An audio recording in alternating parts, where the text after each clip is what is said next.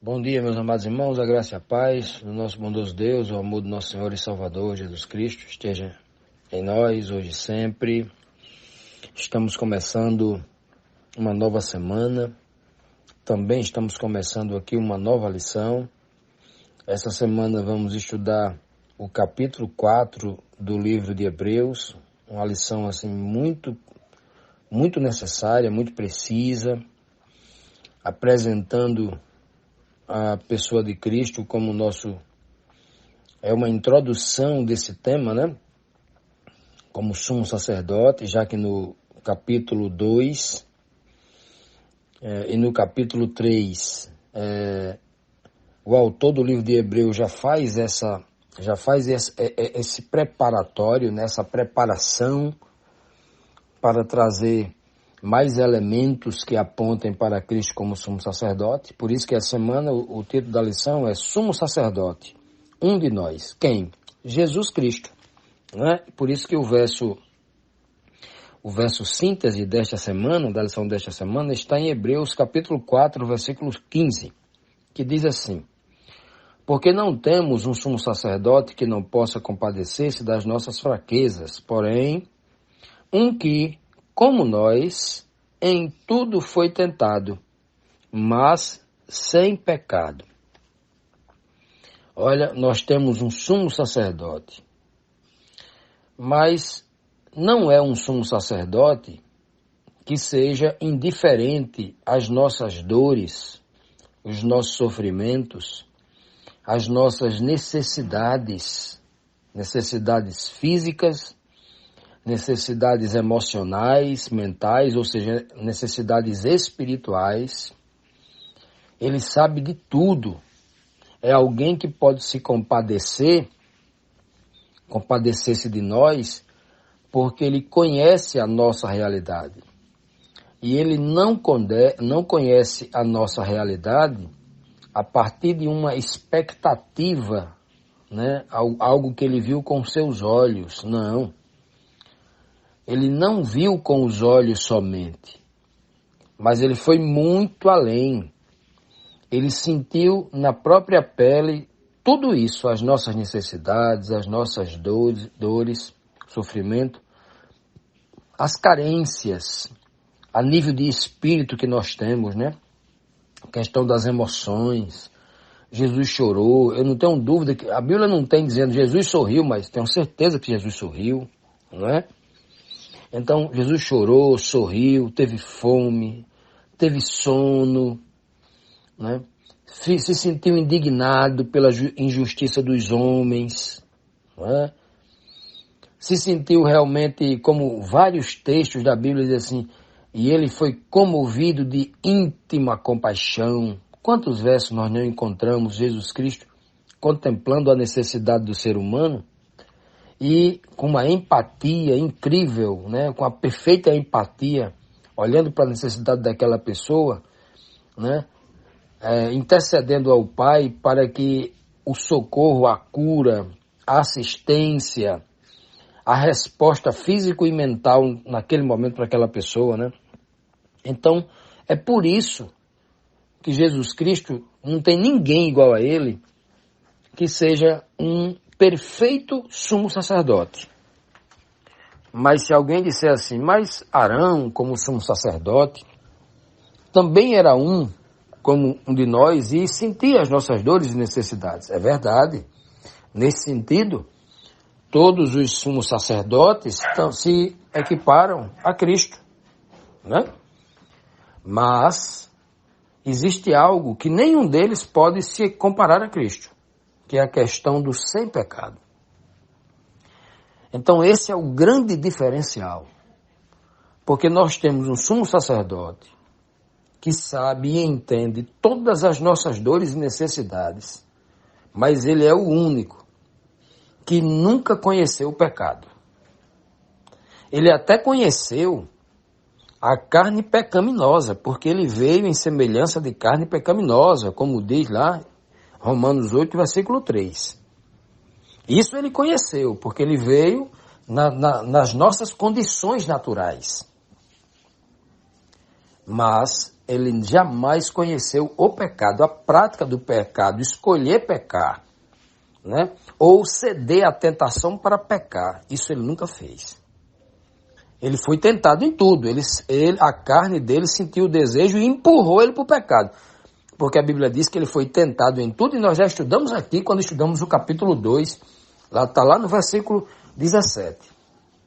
No versículo 14 e 17 é muito claro. Ele foi tentado em todas as coisas à semelhança dos seus irmãos, igual a nós. A tentação foi igual a nossa. E nós somos tentados porque temos o desejo. A nossa carne tem um desejo de ser glútono, de comer demais, e a gente tem que resistir a isso. A nossa carne nos empurra para cobiçar a coisa do próximo, para tentar até roubar alguma coisa nesse sentido. Nos impulsiona para mentir, para ser vingativo, né? Para competir com o nosso irmão, para o adultério, para a construção de um ídolo a partir de nós mesmos, né? Tudo isso nós somos tentados. Senão o diabo não tinha tentado Jesus Cristo nesse caminho, nessa direção, né? Olha que coisa impressionante, né? E essa é a beleza da grande revelação daqui desse livro de Hebreus, apresentando aos hebreus, mas sobretudo a cada um de nós hoje, sobre a pessoa do nosso Senhor Salvador Jesus Cristo, que ele é um sumo sacerdote perfeito, que pode se compadecer das nossas fraquezas, porque ele conheceu na própria pele essas fraquezas, né? E o texto conclui dizendo, ele é um que, como nós, ou seja, como nós é igual a nós, um que estava na nossa condição, igual a nós, um como nós, não é um parecido conosco, não. Há algum que tem uma silhueta parecida conosco, que ele só tinha silhueta parecida e por dentro era um Deus. Não existe isso, não. É um como nós, que em tudo foi tentado. Aqui o apóstolo Paulo está nos repetindo, ele está ratificando com uma ênfase muito grande o que ele já disse lá em Hebreus 2,17. Ele está ratificando novamente, lá em 2,17 ele diz que ele foi tentado em tudo, igual aos seus irmãos, para que ele se tornasse um sumo sacerdote. Aqui é o mesmo contexto. Veja que o plano da redenção, ele exige que alguém que vai entrar lá no Santíssimo Lugar, que vai entrar diante de Deus para interceder a meu favor, tem que ser alguém igual a mim. O Arão, o sumo sacerdote, não era igual aos seus irmãos, né? Ele, apesar de ser o mais velho, né, ser o primogênito lá da família, né, ou seja, dos homens, Moisés mais novo do que Arão, mas Arão, quando entrava lá no santuário, ele é igual a Moisés, é irmão de Moisés, né? Ele é irmão de todos os filhos da tribo de Levi. Ele é irmão igual, né? A única coisa que fazia Arão diferente dos outros era a veste que lhe vestia. Assim como cada um de nós nos tornamos diferentes das pessoas deste mundo, não na natureza, mas na condição espiritual, é quando nos revestimos de Cristo. Somente. Então, meus irmãos, vejam que maravilha é essa mensagem. Então, a lição dessa semana, ela começa com todo esse poder, trazendo essa grande revelação, não só sobre a pessoa de Cristo, como sumo sacerdote diante de Deus, o perfeito sumo sacerdote, um sacerdócio que está acima da carne, mas ela adentra a questão sobrenatural do Espírito, né? Então, essa é a beleza da revelação desta semana que nós iremos estudar aqui. Continuando, amados, vamos aqui para a nossa primeira pergunta, que nos traz aqui mais um questionamento que diz assim: que perderam os hebreus em não aceitar Jesus, o verdadeiro e poderoso sumo sacerdote? Hebreus 4, versículo 1 diz assim: temamos, pois, que, porventura, deixada a promessa de entrar no seu repouso, pareça que algum de vós fica para trás. Então, ele entra aqui, nós entramos aqui no capítulo 4, resgatando o contexto anterior do capítulo 3, que está se falando de repouso, né? O repouso, ele faz todo aquele comparativo lá de Moisés com Jesus, né? Moisés como um tipo de Jesus, falar da rebelião do deserto, e o povo da rebelião do deserto não entrou na Canaã, onde foi enviado os 12 espias, justamente porque eles rejeitaram Moisés, o seu libertador, que lhes tirou do Egito, que é o contexto lá. E aqui ele está trazendo, no capítulo 4, justamente esse detalhe. A gente pode perder a verdadeira Canaã, o reino de Deus, se nós rejeitarmos o Cristo, que é o antítipo, é o original. É a promessa perfeita que estava tipificada lá em Moisés. Então, o autor do livro de Hebreus, ele está tentando dizer para a gente o seguinte: olha, cuidado para vocês não cometerem o mesmo erro. Vocês têm as escrituras sagradas. E ela, já lá no passado, delineou, desenhou como isso iria acontecer no futuro. O futuro chegou. Jesus já se apresentou como perfeito sumo sacerdote. E nós, o povo da promessa, o povo que tem a palavra de Deus, que teve o privilégio de receber das mãos do próprio Deus a palavra, não conseguir enxergar Jesus Cristo como sumo sacerdote. Ou seja, aqui é um apelo atrás do outro, né? É um apelo, é uma exortação de despertamento, é uma fala que tenta abrir os olhos, né, dos hebreus que fecharam, né, o entendimento para enxergar que Jesus Cristo era o enviado de Deus, o Messias, o próprio Filho de Deus, que havia se tornado que veio se tornar o nosso grande intercessor. Então ele começa dizendo isso: olha, cuidado para vocês não negarem, não cometerem o mesmo erro. E aquele povo que foi amaldiçoado lá no deserto, que morreram lá no deserto e não entraram na Canaã, para vocês não cometerem o mesmo erro, negando Cristo, assim como eles negaram a Moisés. É por isso que ele fala aqui, ó, entrar no seu repouso. E como nós vimos na lição anterior, nós poderíamos dividir essa fala repouso em dois momentos. O momento maior, mais perfeito, né, o momento maravilhoso, principal que aponta para a profecia, é justamente o momento, a partir do momento em que Cristo nos resgata deste planeta, com o retorno em glória à Terra, né, na companhia do Pai, para levar todos os santos salvos, né, para o reino de Deus. Então, esse é a entrada no sentido amplo, perfeito, absoluto, né, do repouso de Deus.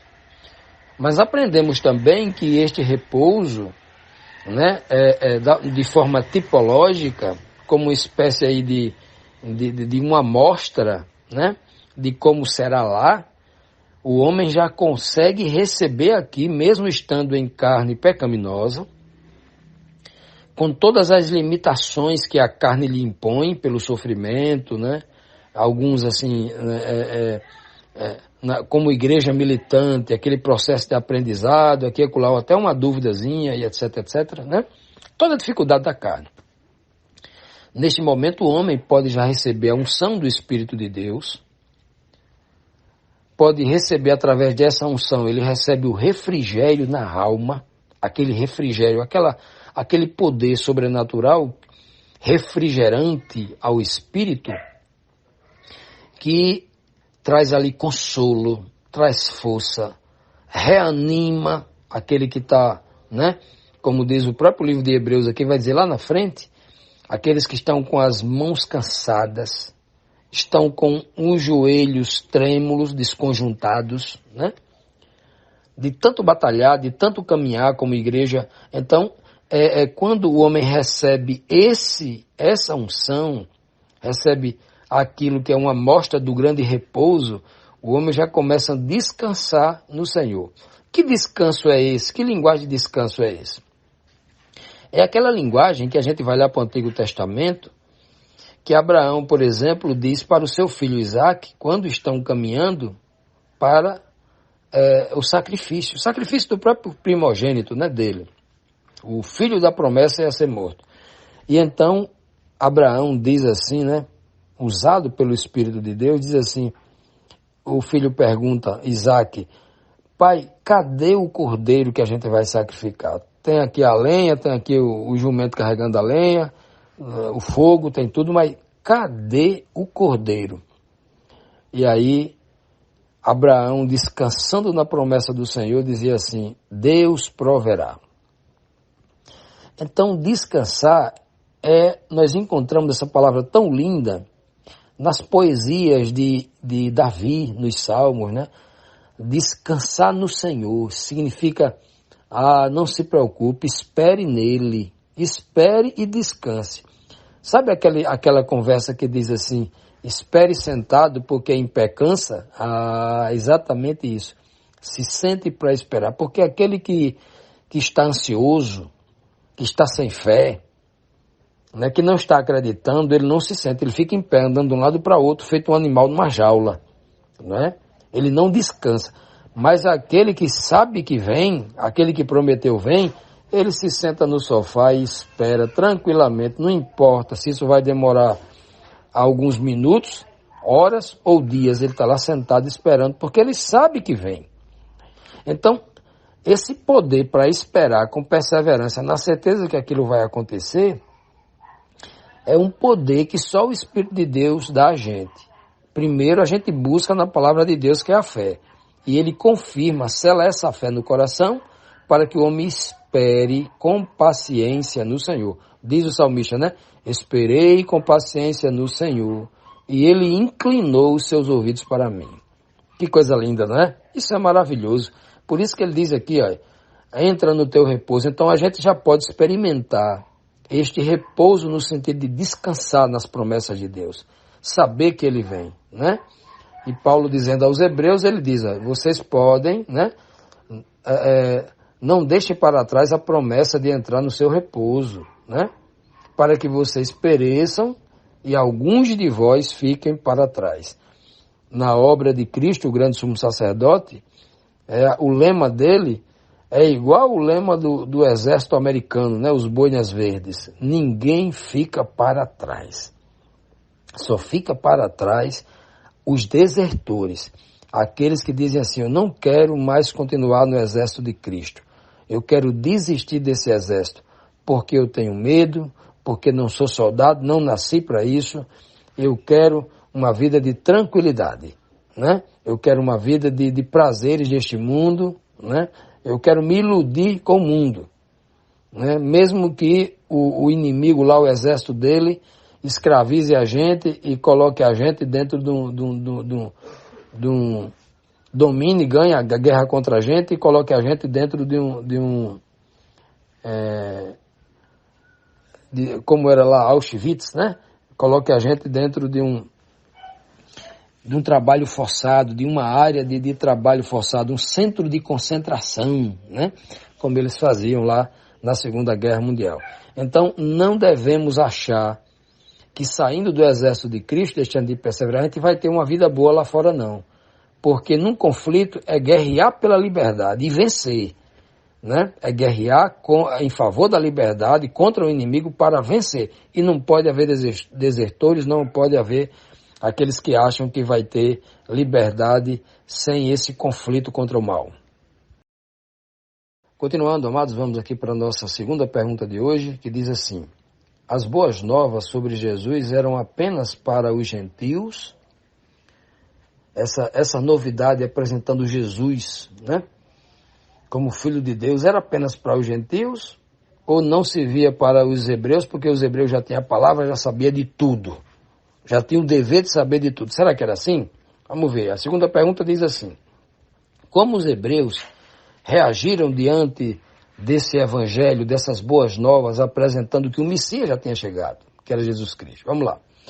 O versículo 2 agora que diz assim: porque também a nós foram pregadas boas novas, como a eles, mas a palavra da pregação nada lhes aproveitou, porque não estava misturada com a fé naqueles que a ouviram. Então, amados, vejam só aqui que Paulo começa dizendo que mesmo ele estando na condição aí de apóstolo, assim como Pedro, como João, como Tiago e os demais, né, Filipe, Natanael, Bartolomeu, todos os outros apóstolos, Paulo está dizendo aqui, ó, porque também a nós foram pregadas boas novas. Então ele mesmo está se colocando como testemunha de que a ele, apesar de ser apóstolo, também foi pregada a boa nova para que eles pudessem aceitar. Por que que eles, sendo das tribos de Israel, né? Por que que eles, sendo da tribo de Israel, tiveram que ouvir essas boas novas para que aceitassem as boas novas, né? Ele começa dizendo isso. Porque ninguém está livre de ouvir as boas novas. Por que é importante esse entendimento? Porque muita gente que acha, porque se denomina crente, cristão, evangélico, protestante, não importa a nomenclatura que ele use, mas ele se apresenta como um servo de Cristo e ele acha que ele já sabe de tudo, porque ele tem a Bíblia, porque ele lê a Bíblia, porque ele decorou 2, 3 doutrinas, né? Sabe algumas dezenas de passagens bíblicas, e então, por saber disso, ele acha que ele já não precisa mais ouvir as boas novas. Eu já sou crente, já sei, não preciso mais ler isso aqui. Muitas vezes vai entregar um folheto a alguém e ele diz assim: eu já não preciso, eu já sou crente. Eu digo, como não? A boa nova é para quem? A boa nova é só para aquele que não tem uma Bíblia? Não. As boas novas são para todos. Inclusive e principalmente para os grandes líderes que estudaram, não sei quanto, não importa. Se ele faz 60 anos que ele estuda a palavra de Deus sem parar, ele ainda precisa aprender. Então as boas novas é para todos. Os hebreus, principalmente a liderança, os grandes líderes religiosos, aqueles que compunham a cúpula do Sinédrio, esses eram os mais necessitados. Paulo conclui aqui o verso, por exemplo, dizendo, né, que eles não deram ouvido à palavra da pregação, porque essa palavra que Cristo falou para eles não se aproveitou aos seus ouvidos, né? Porque aquela palavra que entraram nos seus ouvidos, faltou algo neles. A fé. A fé que vem pelo ouvir a palavra dele. Então veja que toda aquela liderança, Caifás, Anás, Nicodemos e tantos outros ali, eles não tinham a fé. Por quê? Porque a palavra que eles tinham não era a palavra de Deus. Eles tinham uma letra morta, uma palavra que era informação cultural. Eles exaltavam a questão do hebreu, do judeu, da cultura, da língua, dos hábitos. Mas os ouvidos estavam completamente fechados à palavra da fé, que ela é espiritual. É por isso que eles liam e não entendiam. Cristo muitas vezes, né, chegou para eles e uma das vezes falou assim: como leis as Escrituras? Em outras palavras, ele estava dizendo: como é que você está entendendo o que você está lendo? Como é que você está interpretando o que você está lendo? Justamente porque eles liam, mas não compreendiam. O próprio Cristo vai, ao ser questionado pelos apóstolos, quando os discípulos perguntaram a Cristo: Senhor, por que o Senhor fala muito em parábolas? O Senhor só fala nessa linguagem espiritual assim profunda, em parábola. Tudo que o Senhor fala é em parábola. Aí Cristo falou: é para que aqueles, se referindo aos fariseus, aos líderes, para aqueles que vendo não vejam e ouvindo não entendam. Olha só, Cristo queria que eles não entendessem? Jamais. Senão ele não pregava. Cristo queria que eles não entendessem? Não. Por que eles não entendiam? É por culpa de Cristo que pregava em parábolas ou porque lhes faltava o espírito da fé? Ah, porque faltava o espírito da fé, porque eles estavam mais ligados em defender a placa da igreja, servir ao pastor, bajular. Olha, todo crente que diz assim, olha, vou dizer uma coisa muito dura, e esse meu áudio aqui pode encontrar religiosos que vão ficar indignados com isso, mas é uma verdade. Se eles forem humildes para ouvir, é uma verdade. Todo crente que diz assim, eu vou pedir permissão ao meu pastor, vou perguntar ao meu pastor se esse verso da Bíblia aqui está dizendo a verdade. Todo crente que diz isso é um pobre, miserável, cego, maldito, que está cometendo o mesmo erro que os fariseus de antigamente cometiam. O pecado de ter a palavra, mas faltando a mistura da fé. É aquele que se acha indigno, incapaz de ler um verso no seu sentido óbvio e entendê-lo. Por quê? Porque assim como os fariseus estavam muito presos à cultura da igreja dele, o cego também ele está muito preso à cultura da igreja dele. Ele não quer perder o ritual da igreja dele, aqueles pulos, aquelas gritarias, aquelas coisas estranhas que eles fazem no culto da igreja deles à noite, né? Que eles fazem lá, eles não querem perder aquilo. Então, como eles estão acostumados a atender a necessidade da sua carne lá, se divertir, se exaltar, buscar glória para si, se sentir bem com aquilo que faz, ele não quer perder aquilo. Então, quando eles escutam a palavra das Escrituras Sagradas, que de alguma forma reprova ou questiona aquilo, eles não vão perguntar ao pastor, isso aqui. Aí o pastor diz qualquer coisa e ele aceita aquilo, se tranquiliza com aquilo e aí perde a salvação, que é o que Paulo está tentando dizer aqui com a outra linguagem, de uma outra forma, né? Então eles como lemos no verso anterior, eles não entram no repouso, ficaram para trás porque não entenderam a promessa. Não entenderam o que vem da palavra, né? E para entender a palavra tem que ter fé. Não adianta só ouvir com os ouvidos sem o poder da fé. Sem o poder da fé, a fé vem pelo ouvir a palavra de Deus.